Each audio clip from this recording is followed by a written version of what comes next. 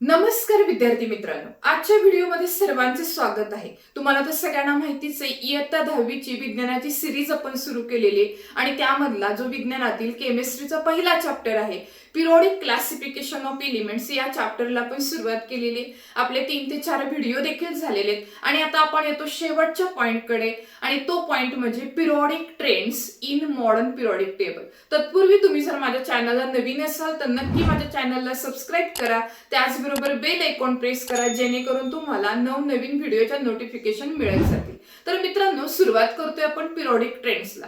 आता periodic trends हा concept नक्की काय आहे तर पिरियड म्हणजे काय, इथून सुरुवात होते एका टोकापासून आणि शेवटला येऊन आपण थांबतो आणि हाच पॅटर्न पुन्हा खालच्या लाईन मध्ये तसाच रिपीट होतो, यालाच आपण पिरियोडिक ट्रेंड्स असं म्हणतो। आता हीच डेफिनेशन आपल्याला प्रॉपर वर्ड्स मध्ये बसवावं लागेल, कारण मॉडर्न पिरियोडिक टेबल म्हटलं की आडव्या लाईन म्हणायचं त्याला पिरियड आणि उभ्या लाईन्सला म्हणजे उभे जे कॉलम आहेत व्हर्टिकल कॉलम यांना आपण ग्रुप म्हणतो। मग पिरियड असू द्यात किंवा ग्रुप असू द्या, इथे एक रेग्युलर पॅटर्न रिपीट होतो आणि तो होणारा पॅटर्न जो रिपीट होतो त्या पॅटर्नलाच आपण पिरियोडिक ट्रेंड्स असं म्हणतो। आता प्रॉपर वर्ड मध्ये डेफिनेशन बोर्डवरती लिहिलेली, त्याचा अर्थ समजून घेऊयात। डेफिनेशन बघा काय तर, when the properties of element in a period or groups of modern periodic table compared certain regularity observed is called periodic trends। अर्थ काय होतो, एखादा पिरियड असू द्या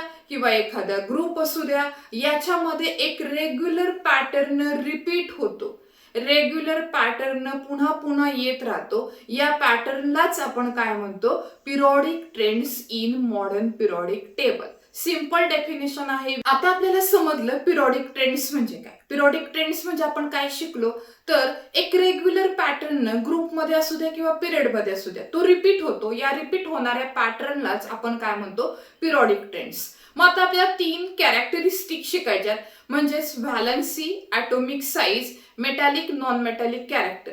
आणि याच्यामध्ये आपल्याला काय करायचंय तर याचा अर्थ काय आणि ते पिरियड मध्ये कमी का जास्त होतं किंवा ग्रुप मध्ये कमी का जास्त होतं, अशा पद्धतीने हा पॉइंट गिव्ह रिझन साठी 2 मार्कांना येतो, त्यामुळे हा पॉइंट एकदम परफेक्ट करायचा। आता सगळ्यात पहिल्यांदा आपण पॉइंट बघणार की व्हॅलन्सी म्हणजे काय आणि मग ही व्हॅलन्सी पिरियड मध्ये कशी होते, कमी होते की जास्त होते का कॉन्स्टंट राहते, आणि ग्रुप मध्ये ती काय होते, तिच्यामध्ये काय बदल होतो, ह्या गोष्टींवरती आता आपण डिस्कशन करणार आहोत। तर बघा, व्हॅलन्सीचा अर्थ समजून घ्या। आता 9th मध्ये पण आपण लर्न केलेलं आहे की व्हॅलन्सी म्हणजे काय, it is the combining capacity of element. म्हणजे काय तर एखादा एलिमेंट इकडे एक दुसरा आहे, इथे एक आहे आणि हे दोघं एलिमेंट एकमेकांबरोबर कंबाईन होणार आहेत आणि त्यापासून नवीन कंपाऊंड बनवणार आहेत। मग अशा वेळी त्यांची कॅपॅसिटी किती आहे, किती एलिमेंटला ते होल्ड करू शकतात, या कॅपॅसिटीलाच आपण काय म्हणतो, व्हॅलन्सी म्हणतो। आणि ही व्हॅलन्सी बाहेरच्या शेलमध्ये किती इलेक्ट्रॉन आहेत त्याच्यावर डिपेंड असते, येते लक्षामध्ये। मग व्हॅलन्सीची डेफिनेशन काय ती आपल्याला पाठ करावी लागेल, लक्षात ठेवावं लागेल। व्हॅलन्सीची डेफिनेशन 9th मध्ये लर्न केली, कंबायनिंग कॅपॅसिटी ऑफ एलिमेंट ही लिहिली तरी चालेल, किंवा डिटेल मध्ये एक्सप्लेनेशन हवं असेल तर ती डेफिनेशन बघा पुढे। Valency of an element is determined by number of electrons present in the outermost shell of its atom or its valence electron। अर्थ काय होतो, व्हॅलन्स इलेक्ट्रॉन वरती किंवा बाहेरच्या शेल मध्ये किती इलेक्ट्रॉन आहेत यावरती व्हॅलन्सी डिपेंड असते। आता एक सोपं उदाहरण घेते मी, उदाहरणानंतर तुम्हाला लगेचच समजेल की व्हॅलन्सी काय प्रकारे। आता समजा सोडियम, बघा सोडियमचं उदाहरण आपण घेऊयात। सोडियमचा ॲटॉमिक नंबर किती आहे, 11 आहे, बरोबर आहे। त्यामुळे याचे इलेक्ट्रॉनिक कॉन्फिगरेशन किती येणार आहे, 2 8 1। लास्ट शेल मध्ये इलेक्ट्रॉन किती आहेत, 1 आहे। आणि आपण आत्ताच बघितलं बाहेरच्या शेल मध्ये जे इलेक्ट्रॉन्स आहेत हेच ठरवतात त्या ॲटमची व्हॅलन्सी किती आहे ते। मग आता बाहेरच्या शेल मध्ये 1 इलेक्ट्रॉन आहे। आपण लास्ट इयरला पण लर्न केलेलं आहे की प्रत्येक ॲटम स्टॅबिलिटीसाठी ऑक्टेट पूर्ण करतो। ऑक्टेट म्हणजे बाहेरच्या शेल मध्ये 8 इलेक्ट्रॉन। मग स्वतःचे इलेक्ट्रॉन दुसऱ्याला द्या किंवा दुसऱ्याचे घ्या किंवा शेअर करा, काही करा, पण बाहेरच्या शेल मध्ये 8 इलेक्ट्रॉन पूर्ण करा। आणि त्यासाठी जो दिला किंवा घेतला जाणारा किंवा शेअर केला जाणारा इलेक्ट्रॉन म्हणजे त्यांची व्हॅलन्सी। आता सोडियमच्या एक्झाम्पल मध्ये काय होते, बाहेरच्या शेल मध्ये 1 इलेक्ट्रॉन आहे, सोडियमला काय पूर्ण करायचे, ऑक्टेट पूर्ण करायचे, म्हणजे 8 इलेक्ट्रॉन आणायचे। त्याच्याकडे तर एक आहे, त्याच्याकडे 3 मार्ग आहेत. एक तर तो 7 इलेक्ट्रॉन दुसऱ्याकडनं घेऊ शकतो, एक दुसऱ्याला देऊ शकतो, किंवा त्याच्याकडचे इलेक्ट्रॉन तो 7 जणांबरोबर शेअर करू शकतो. आता या सोडियमला सोपं काय तर इलेक्ट्रॉन देणं सोपं आहे. त्याने जर हा इलेक्ट्रॉन लूज केला म्हणजे देऊन टाकला तर आपोआपच त्याचे इलेक्ट्रॉनिक कन्फिगरेशन 2-8 बनेल आणि बाहेरच्या शेलमध्ये ऑक्टेट पूर्ण झालेलं आहे. मग त्याने किती इलेक्ट्रॉन दिले तर 1 दिला, म्हणून ह्याची व्हॅलेन्सी किती येणार आहे तुमची 1 येणार आहे. ठीक आहे, हे समजलं सगळ्यांना. तर सोडियमची व्हॅलेन्सी 1 आली. आता पुन्हा आपण अजून एक एक्झाम्पल घेतोय ते म्हणजे क्लोरीनचं. आता क्लोरीन जर घेतला तर क्लोरीनचं इलेक्ट्रॉनिक कन्फिगरेशन किती येते 2 8 7, बाहेरच्या शेलमध्ये 7 इलेक्ट्रॉन आहेत. मग आता मला सांगा क्लोरीनला काय सोपं जाईल, 7 इलेक्ट्रॉन दुसऱ्याला देणं सोपं जाईल का दुसऱ्याचा एकच इलेक्ट्रॉन घेणं सोपं जाईल? तर सरळच आहे, 1 इलेक्ट्रॉन घेणं कधीही सोपं जाईल. म्हणून 1 इलेक्ट्रॉन क्लोरीन काय करतो घेतो, बरोबर आहे का, गेन करतो. आणि म्हणून क्लोरीनची व्हॅलेन्सी 7 नाही तर दिला किंवा घेतला जाणारा जो नंबर आहे म्हणजे व्हॅलन्स इलेक्ट्रॉन जो आहे त्याच्यावरती व्हॅलन्सी डिपेंड आहे. बाहेरच्या शेलमध्ये 7 इलेक्ट्रॉन, त्याला पूर्ण करायचे ऑक्टेट, म्हणून त्याला देणं काय घेणं का देणं सोपं तर घेणं सोपं, म्हणून तो 1 इलेक्ट्रॉन घेतो. मग किती घेतले 1 घेतला, म्हणून क्लोरीनची व्हॅलन्सी ही काय असते 1 असते, 7 नाही. ठीक आहे, तर अशा प्रकारे आपण व्हॅलन्सीचे पॉइंटची डेफिनेशन क्लिअर केली. व्हॅलन्सीची डेफिनेशन काय कळाली तुम्हाला, valency of an element is defined as the number of electron present in the outermost shell of an atom, that is valence electron called as a valency. आता आपण व्हॅलन्सीचा पॉइंट लर्न केला. आता आपल्याला काय करायचंय, ही व्हॅलन्सी पिरियड मध्ये कशी होते, वाढते का कमी होते, आणि ग्रुप मध्ये ते काय होते, वाढते कमी होते की कॉन्स्टंट राहते, याबद्दल आपण डिस्कशन करणार आहोत. ठीक आहे, आता पुढचा पॉइंट कुठला आहे आपला बघा, तर इन अ पिरियड. आता व्हॅलन्सी पिरियड मध्ये काय होणार आहे तर तो पॉइंट बघूया. In period valency increases 1 to 4 and again it start to decreasing up to 0. काय अर्थ होतो तर व्हॅलन्सी पिरियड मध्ये काय होणार आहे 1 ते 4 अशी वाढत जाते आणि पुन्हा ती डिक्रीज म्हणजे कमी होते आणि शून्याला येऊन थांबते. आता याचं उदाहरण आपण लगेच घेऊयात. बघा आता उदाहरण काय, समजा मी दुसरा पिरियड घेतला, सेकंड पिरियड. सेकंड पिरियडची सुरुवात कशापासून होते, लिथियम पासून होते. नंतर कोण येतो, बेरिलियम येतो, त्यानंतर बोरॉन येतो, त्याच्यानंतर कोण येतो, कार्बन, त्यानंतर नायट्रोजन, नंतर ऑक्सिजन, फ्लोरीन आणि त्यानंतर काय येतो, निऑन येतो. ठीक आहे, आता यांचे इलेक्ट्रॉनिक कन्फिगरेशन बघूयात म्हणजे व्हॅलन्सी काढायला आपल्याला सोपं जाईल. लिथियमचे electronic configuration 2,1, beryllium 2,2, boron 2,3, carbon 2,4, त्यानंतर नायट्रोजन 2,5, ऑक्सिजन 2,6, त्यानंतर 2,7 फ्लोरीनचं आणि 2,8 निऑनचं.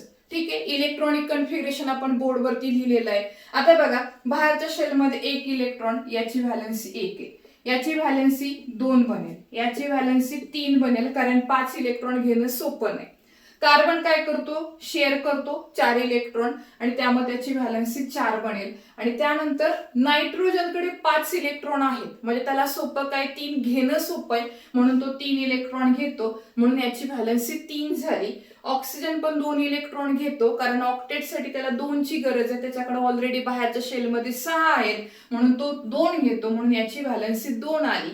फ्लोरीनकडे 7 ऑलरेडी इलेक्ट्रॉन आहेत, तो 1 फक्त घेतो म्हणून याची व्हॅलन्सी 1 आली. निऑनचं ऑक्टेट पूर्ण हे आलीच त्यामुळे तो इलेक्ट्रॉन देतही नाही घेतही नाही, त्यामुळे याची व्हॅलन्सी आली 0. तर अशा प्रकारे पिरियड मध्ये काय झालं, व्हॅलन्सी 1 ते 4 इन्क्रीज झाली आणि पुन्हा काय झाली 0 पर्यंत ती डिक्रीज झाली. So in a period valency increases 1 to 4 and again start to decreasing up to 0. आता पिरियडचं ट्रेंड्स बघितल्यानंतर आपण पुढे येणारे ग्रुपमध्ये काय होतं. आता ग्रुपमध्ये काय होत असेल तर ग्रुपमध्ये व्हॅलन्सी ही नेहमी कॉन्स्टंट राहते. आता का कॉन्स्टंट राहत असेल, कारण ग्रुपमध्ये आपण मगाशीच बघितलेले लास्ट लेक्चरमध्ये ज्या ग्रुपमध्ये इलिमेंट आहे त्यांच्या प्रॉपर्टीज नेहमी सेम राहतात. ठीक आहे, मॉडर्न पिरियोडिक टेबल आपल्याला काय सांगतो तर कुठलाही ग्रुप घ्या, त्या ग्रुपमध्ये जेवढे काही एलिमेंट्स आहेत वरून खालीपर्यंत त्या सगळ्यांच्या प्रॉपर्टी सेम आहे, म्हणजे व्हॅलेन्सी पण सगळ्यांची काय राहू शकते, सेम राहते. मग आता याचं पुन्हा आपण एक एक्झाम्पल बघूयात. बघा आता बोर्डवर आपण पुन्हा एक एक्झाम्पल घेऊयात. समजा आपण दुसरा ग्रुप घेतला, ठीक आहे, दुसरा ग्रुप घ्या किंवा पहिला ग्रुप घ्या. पहिल्या ग्रुपची सुरुवात कोणापासून होते, हायड्रोजन पासून, बरोबर. त्यानंतर कोण येतो, लिथियम येतो. त्यानंतर कोण असतो, सोडियम असतो. आणि त्यानंतर कोण आहे, पोटॅशियम आहे. हायड्रोजनचे इलेक्ट्रॉनिक कन्फिगरेशन 1 येणार आहे, लिथियमचं 2,1, सोडियमचं 2,8,1 आणि पोटॅशियमचं 2,8,8,1.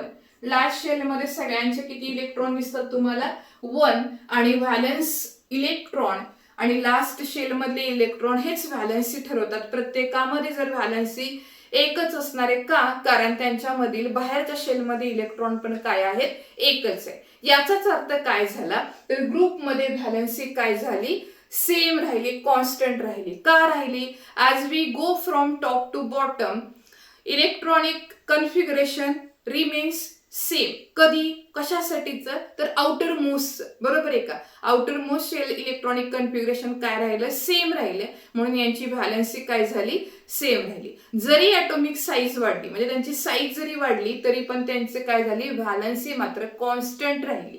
तर हे झालं आपलं व्हॅलेन्सी इन अ पिरियड आणि इन अ ग्रुपमध्ये ट्रेंड्स काय आला याबद्दल आपण डिस्कशन केलं.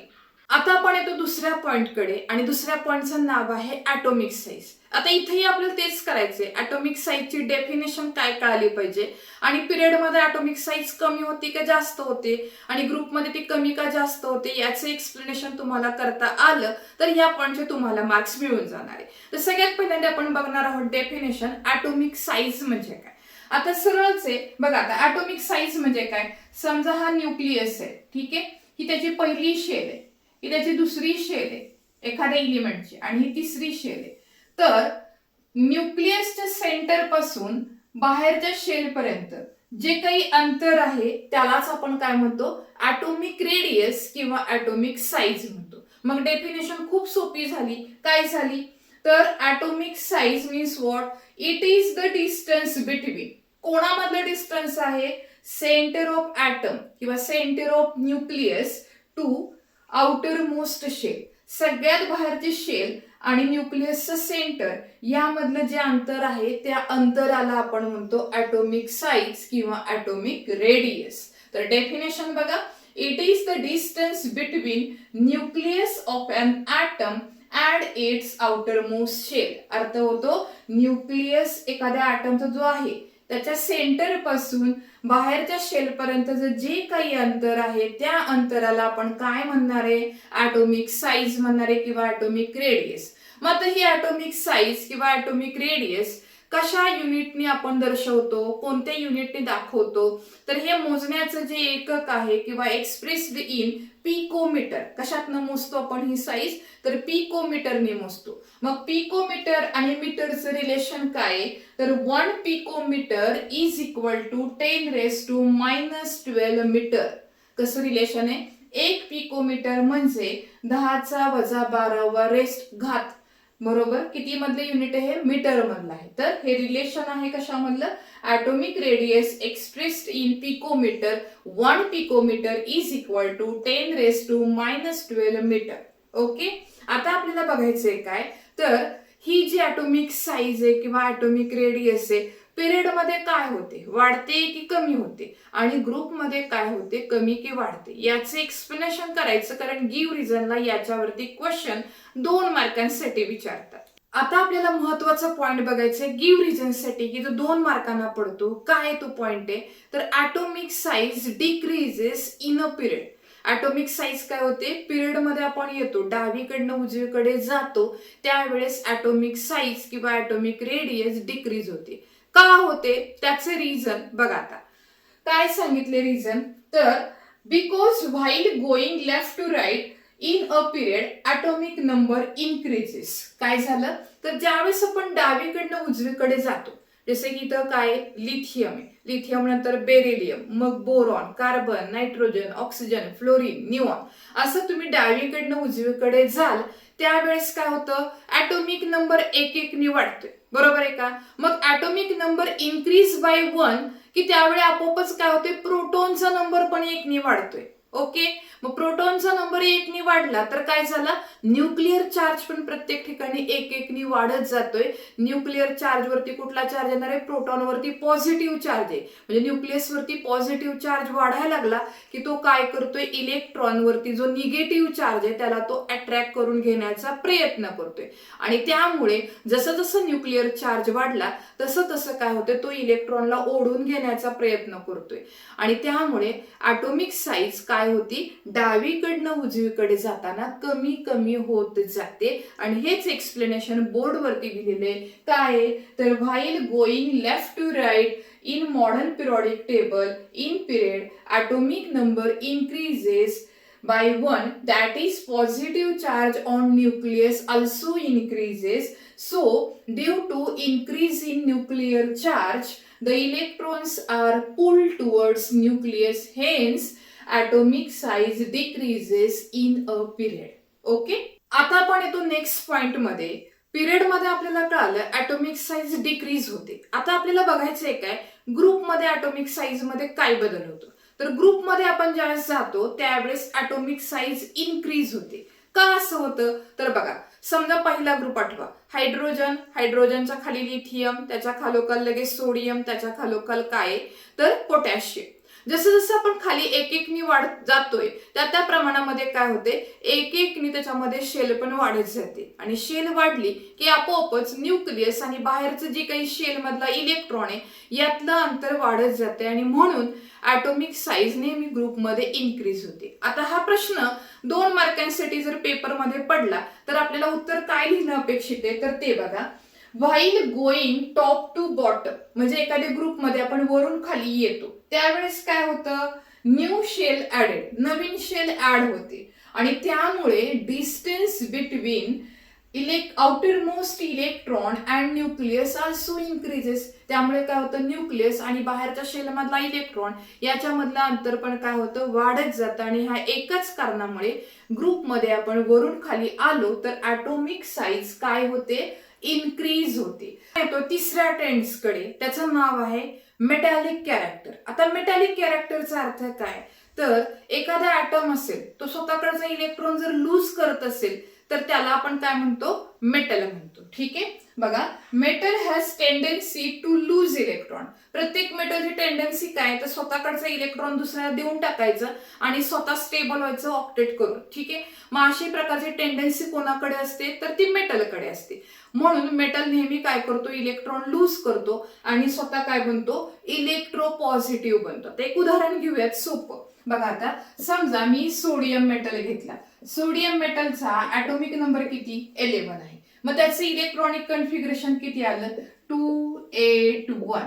याच्या बाहेरच्या शेलमध्ये किती इलेक्ट्रॉन आहेत, 1 आहे. यांना ऑक्टेट पूर्ण करायचं असतं. पण मेटलला नेहमी काय सोपं जातं, इलेक्ट्रॉन लूज करणं सोपं जातं. म्हणून हा 1 इलेक्ट्रॉन तो लूज करतो आणि काय बनला, तो इलेक्ट्रो पॉझिटिव्ह बनला. किती इलेक्ट्रॉन लूज केले, फक्त 1 केला. कारण हा ज्यावेळेस तो जातो मग इलेक्ट्रॉन किती राहिले, 2 आणि 8. किती इलेक्ट्रॉन लूज केला, फक्त 1 केला.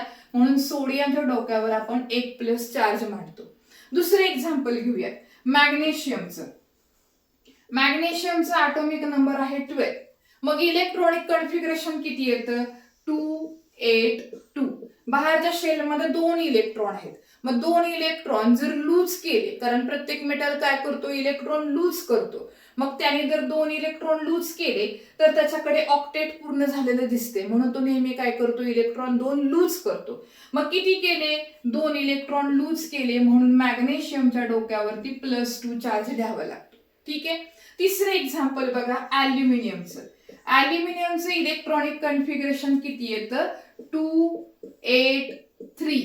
बाहेरच्या शेलमध्ये इलेक्ट्रॉन 3 आहेत. म्हणून आपण Al च्या डोक्यावरती चार्ज किती लिहितो, +3 लिहितो. ठीक आहे, तर अशा प्रकारच्या ह्या आयनला आपण काय म्हणतो, कॅटायन म्हणतो. याला काय म्हणायचं, कॅटायन म्हणायचं. आणि हे कशामुळे झालं, तर त्यांनी आपल्याकडचा 1, 2 आणि 3 इलेक्ट्रॉन लूज केले आणि डोक्यावरती चार्ज कुठला आला, पॉझिटिव्ह. पॉझिटिव्ह चार्ज डोक्यावर असेल तर त्या आयनला आपण काय म्हणतो, कॅटायन असं म्हणतो. आणि हे कसे एलिमेंट झाले आता इलेक्ट्रोपॉझिटिव्ह झाले. ओके, चला आता आपल्याला बघायचे मेटॅलिक कॅरेक्टर पिरियड मध्ये काय होतं, इन्क्रीज होतं का डिक्रीज होतं. आता पिरियड म्हणजे तुम्हाला कळालं का, डावीकडनं उजवीकडे आपण येणार आहे. उदाहरण सोपं लक्षात घ्या, lithium, beryllium, boron, carbon, nitrogen, oxygen, fluorine, neon. ठीक आहे, आता डावीकडनं उजवीकडे आलं की ॲटॉमिक नंबर एक एक निवडणार आहे, कारण लिथियमचा ॲटॉमिक नंबर किती आहे, 3 आहे. नंतर बेरिलियम 4, त्याच्यानंतर 5 नंबरला बोरॉन. अशा प्रकारे एक एकनी काय होतोय, ॲटॉमिक नंबर वाढतोय. ॲटॉमिक नंबर वाढला की लगेच न्यूक्लियस वरती असणारा पॉझिटिव्ह चार्ज पण वाढला. म्हणजेच काय झालं, न्यूक्लिअर चार्ज पण वाढला. आणि न्यूक्लिअर चार्ज काय करतो, मग अशीच आपण शिकलो ॲटॉमिक साईज मध्ये की न्यूक्लिअर चार्ज काय करतो, बाहेरच्या शेलमधल्या इलेक्ट्रॉनला स्वतःकडे ओढून घेतो. आता जर न्यूक्लिअर चार्जमुळे न्यूक्लियस स्वतःकडे इलेक्ट्रॉन ओढत असेल तर मला सांगा, मेटलची कॅरेक्टरिस्टिक जी आहे इलेक्ट्रॉन लूज करण्याची, ती होऊ शकते का, नाही होणार. कारण मेटलची प्रॉपर्टी काय, मेटल काय करतो, इलेक्ट्रॉन लूज करतोय. पण पिरियड मध्ये आपण डावीकडनं उजवीकडे जातो त्यावेळेस काय होतंय, ॲटॉमिक नंबर वाढतोय, न्यूक्लिअर चार्ज वाढतोय आणि त्यामुळे न्यूक्लियस काय करतोय, इलेक्ट्रॉनला ओढून घेतोय स्वतःकडे. बरोबर आहे. आणि त्यामुळे सहजासहजी त्यातला इलेक्ट्रॉन निघू शकेल का, नाही, कारण न्यूक्लियस इथून ओढतोय. त्यामुळे ह्या इलेक्ट्रॉनला बाहेर जायला मार्गच नाही. आणि त्यामुळे डावीकडनं उजवीकडे पिरियड मध्ये गेलं तर मेटॅलिक कॅरेक्टर डिक्रीज होतं, म्हणजे कमी होतं. ठीक आहे. आणि मेटॅलिक कॅरेक्टर डिक्रीज झालं तर नॉन मेटॅलिक कॅरेक्टर काय झालं, वाढलं. कारण नॉन मेटॅलिकचा अर्थ काय असणार आहे, मेटॅलिकच्या अगदी उलट असणार आहे. बरोबर आहे का. मग इथे काय झालं, पिरियड मध्ये मेटॅलिक कॅरेक्टर कमी झालं आणि नॉन मेटॅलिक कॅरेक्टर वाढलं. आता आपल्याला लर्न करायचंय मेटॅलिक कॅरेक्टर ग्रुपमध्ये काय होतं. बघा, आपण ॲटॉमिक साईज मध्ये पण बघितलं, हायड्रोजन, लिथियम, सोडियम, पोटॅशियम. जसं जसं आपण खाली येतोय तसं तसं एक एकनी शेल काय होते, वाढते. म्हणजे शेल वाढली की न्यूक्लियस पासूनचं अंतर खाली गेले की काय होणार आहे, वाढणार आहे. बरोबर आहे. मग ॲटॉमिक साईज इन्क्रीज झाली, ॲटॉमिक नंबर इन्क्रीज झाला, पण न्यूक्लिअर चार्ज जो आहे तो कमी झाला. आणि कमी झाल्यामुळं तो न्यूक्लिअर चार्ज म्हणजे न्यूक्लियस बाहेरच्या शेलमधल्या इलेक्ट्रॉनला स्वतःकडे ओढून घेऊ शकणार नाही. आणि याच कारणामुळे न्यूक्लिअर चार्ज कमी होत असल्यामुळे जे इलेक्ट्रॉन बाहेरच्या शेलमध्ये तो सहजच निघून जातो. ठीक आहे, म्हणजे इलेक्ट्रॉन इझिली लूज होतो. म्हणजेच ते कॅरेक्टर कुठलं आलं, मेटॅलिक कॅरेक्टर. आणि म्हणून ग्रुपमध्ये ज्यावेळेस आपण वरून खाली येतो त्यावेळेस काय होतं, मेटॅलिक कॅरेक्टर इन्क्रीज होतं. मग आता हे एक्सप्लेनेशन आपल्याला लिहावं लागेल परीक्षेत. जर तुम्हाला 2 मार्कांना प्रश्न पडला तर काय लिहावं लागेल, तर फ्रॉम टॉप टू बॉटम, म्हणजे वरून खाली आपण ज्यावेळेस येतो, म्हणजे हायड्रोजन कडनं लिथियम कडे आलो, मग सोडियम कडे आलो आणि त्याच्यानंतर पोटॅशियम कडे आलो, तर काय होतंय, प्रत्येकाची ॲटॉमिक साईज एक एक शेल वाढल्यामुळे वाढत गेलेली. बरोबर आहे का. म्हणजे हायड्रोजन कडे एकच शेल आहे, लिथियम कडे 2 झाल्या, पोटॅशियम कडे किती होणार आहे, 4 होतील, सोडियम कडे 3 झाल्या. तर साईज वाढल्यामुळे काय झालं, न्यूक्लियस आणि बाहेरच्या शेल मधला इलेक्ट्रॉन यांचं अंतर वाढते आणि त्यामुळे न्यूक्लियस बाहेरच्या शेल मधल्या इलेक्ट्रॉनला स्वतःकडे ओढून घेत नाही किंवा त्याची पॉवर कमी पडते आणि त्यामुळे बाहेरच्या शेल मधला इलेक्ट्रॉन लगेच लूज होतोय. म्हणजेच वरून खाली आलं की मेटॅलिक कॅरेक्टर वाढतं. आणि हेच इथं लिहिलेलं आहे, from top to bottom new shell added, hence atomic size increases which results in lowering of nuclear charge. Therefore tendency of atom to lose electron increases and hence metallic character increases in a group. आणि मग metallic character group मध्ये वाढलं तर non metallic character काय होणार, decrease होणार. कारण non metal म्हणजे काय, तो इलेक्ट्रॉन घेणार आहे. मेटल लूज करतो तर नॉन मेटल घेणार आहे. मेटल कॅटायन बनवतो तर नॉन मेटल काय करतो, ऍनायन बनवतो. मेटल इलेक्ट्रोपॉझिटिव्ह आहे तर नॉन मेटल काय असतो, इलेक्ट्रोनिगेटिव्ह आहे. म्हणजे नॉन मेटल विचारलं तर मेटॅलिकच्या नेमके उलटे शब्द बदलत राहायचे आणि त्याप्रमाणे तुम्हाला त्याचं आन्सर लिहायचे. ठीक आहे. पिरियोडिक ट्रेंड्स नंतर आता आपण महत्वाच्या शेवटच्या पॉइंट मध्ये येतोय. तो पॉइंट म्हणजे हॅलोजनशी रिलेटेड थोडी इन्फॉर्मेशन तुम्हाला माहित असली पाहिजे. तर काय तो पॉइंट, ग्रॅज्युएशन इन हॅलोजन्स. आता काय काय बदल होतोय हॅलोजन मध्ये? हॅलोजन फॅमिली कितव्या नंबरला आहे? 17 नंबरला. सुरुवात कुठून होते? फ्लोरीन पासून. त्याच्या खालोखाल कोण आहे? क्लोरीन आहे, मग ब्रोमीन आहे, मग आयोडीन आहे. तर यांच्यामध्ये जो होणारा बदल आहे तो बदल आपल्याला शिकायचा आहे या पॉइंटमध्ये. तर पहिला पॉइंट बघा काय, 17 number group called as a halogen group. म्हणजे पिरियॉडिक टेबलमध्ये 18 ग्रुप आहेत आपण बघितलं, तर इथून सुरू होऊन शेवटून दुसरा जो ग्रुप आहे त्याला म्हणायचं हॅलोजन ग्रुप. त्याचा नंबर आहे 17वा. ठीक आहे, हा पहिला पॉइंट झाला. 17 number group present in modern periodic table that called halogen group. Okay, मग हॅलोजन ग्रुप मध्ये जेवढे काही एलिमेंट आहे ते दाखवण्याचा जनरल फॉर्म्युला काय आहे? X2. X2 चा अर्थ काय? तर जर क्लोरीन असेल तर आपण कसं दाखवणार? Cl2. ब्रोमीन साठी Br2. आयोडीन असेल तर I2. म्हणजेच X2 हा त्याचा काय आला? जनरल फॉर्म्युला आला. त्यानंतर जसं जसं आपण हॅलोजन मध्ये वरून खाली येतो त्यावेळेस त्यांच्या फिजिकल स्टेट मध्ये पण बदल होतो. काय बदल होतो? तर सगळ्यात वरती जो फ्लोरीन आहे आणि त्याच्या खालोखाल जो क्लोरीन आहे हे दोघे नेहमी गॅसियस फेज मध्ये असतात. म्हणजे गॅसियस म्हणजे कुठल्या फेज मध्ये आले? तर गॅसच्या फॉर्म मध्ये ते प्रेझेंट असतात. त्याच्या खालोखाल येणारा ब्रोमीन हा लिक्विड मध्ये असतो आणि सगळ्यात खाली असणारा आयोडीनची फेज कुठली आहे? फिजिकल स्टेट, तर ती सॉलिड असते. तर अशा प्रकारे हॅलोजन मध्ये होणारे बदल आपण ह्या 4 पॉइंट मध्ये अभ्यासले. पहिला पॉइंट काय बघितला? 17 नंबरच्या ग्रुपला आपण हॅलोजन फॅमिली म्हणतो. 17 नंबरचे जेवढे काही एलिमेंट आहेत हे जनरल फॉर्म्युला कुठल्या दाखवतात? X2 ने दाखवतात. याचा अर्थ Cl2, Br2, I2, F2 असा होतो. त्यानंतर फिजिकल स्टेट म्हणजे भौतिक अवस्था त्यांच्या वेगवेगळ्या आहेत. सगळ्यात पहिल्यांदा असणारा फ्लोरीन, नंतरचा क्लोरीन हे गॅसियस फॉर्म मध्ये सापडतात. ब्रोमीन लिक्विड फॉर्म मध्ये आणि शेवटचा आयोडीन हा सॉलिड फॉर्म मध्ये असतो. तर इथे आपण काय संपवलं? तर ग्रॅज्युएशन इन हॅलोजन फॅमिली. आता आपण आलेलो आहोत चॅप्टरच्या शेवटकडे. शेवटचा पॉइंट आहे 2 ते 3 मिनिटांचा. इथे आपला हा पूर्ण चॅप्टर संपलेला असेल. काय पॉइंट आहे तो बघा. अल्कलाइन अर्थ मेटल म्हणजे दुसऱ्या ग्रुपला दिलेलं हे नाव आहे. मग दुसऱ्या ग्रुपमध्ये जेवढे काही एलिमेंट आहेत यांची रिॲक्टिव्हिटी कशी आहे या पॉइंट वरती आपण डिस्कस करणार आहोत. अल्कलाइन अर्थ मेटल म्हणजे कुठला ग्रुप? दुसरा ग्रुप. दुसऱ्या ग्रुपची सुरुवात कोणापासून होते? तर होते बेरिलियम पासून. बेरिलियमच्या खाली कोण येतो? मॅग्नेशियम. त्याच्या खालोखाल कॅल्शियम, त्याच्या खालोखाल स्ट्रॉन्शियम, त्याच्या खालोखाल बेरियम. तर हा आला दुसरा ग्रुप. मग ह्या दुसऱ्या ग्रुपमध्ये जेवढे काही एलिमेंट आहेत, ज्यावेळेस आपण ग्रुपमध्ये टॉप टू बॉटम येतो म्हणजे वरून खाली येतो त्यावेळेस यांची रिॲक्टिव्हिटी वाढत जाते. याचा अर्थ काय होतो? बेरिलियम कमी रिॲक्टिव्ह आहे. त्याच्यानंतर पुन्हा खाली आले की हळूहळू त्याची रिॲक्टिव्हिटी काय झाली? वाढत गेलेली. आता वॉटर बरोबर जर त्यांची रिॲक्शन बघितली या सगळ्या ग्रुपमधले एलिमेंटचे, तर त्याच्यामध्ये बदल कसे होतात तर तो पॉइंट डिस्कस करूया. सगळ्यात वरती कोण आहे? बेरिलियम.